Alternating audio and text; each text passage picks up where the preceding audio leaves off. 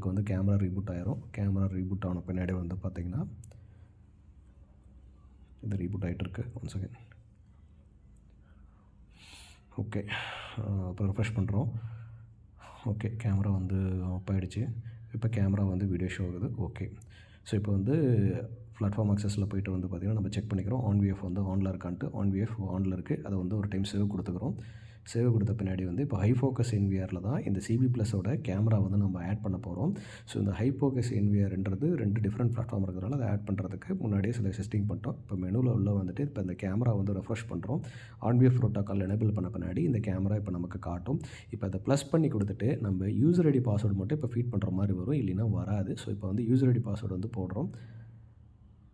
இது அட்மின் இருக்கும், அந்த பாஸ்வேர்டு மட்டும் இப்போ எரேஸ் பண்ணிட்டு admin at 3 to 1 அப்படின்றத போடுறோம்.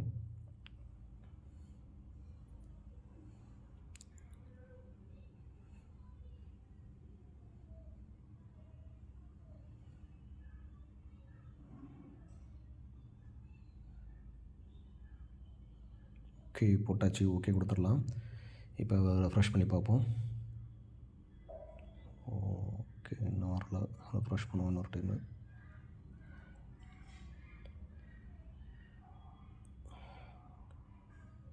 லோட் ஆகுது. இன்னொரு டைம் ரெஃப்ரெஷ் பண்ணுவோம். நமக்கு அந்த ப்ளேன்ற பட்டன் வரணும். வந்துருச்சுன்னா ஓகேன்னு அர்த்தம்.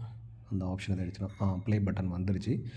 ஓகேவா? ஸோ அந்த ப்ளே பட்டன் வந்துருச்சுன்னா நமக்கு கேமரா வியூ வந்துடும். ஸோ அவ்வளோதான் வந்து பார்த்திங்கன்னா இந்த மாதிரி தான் ஆட் பண்ணணும். இந்த வீடியோ உங்களுக்கு பயனுள்ளதாக இருக்குன்னு நினைக்கிறோம். ரொம்ப நன்றி. தேங்க்யூ.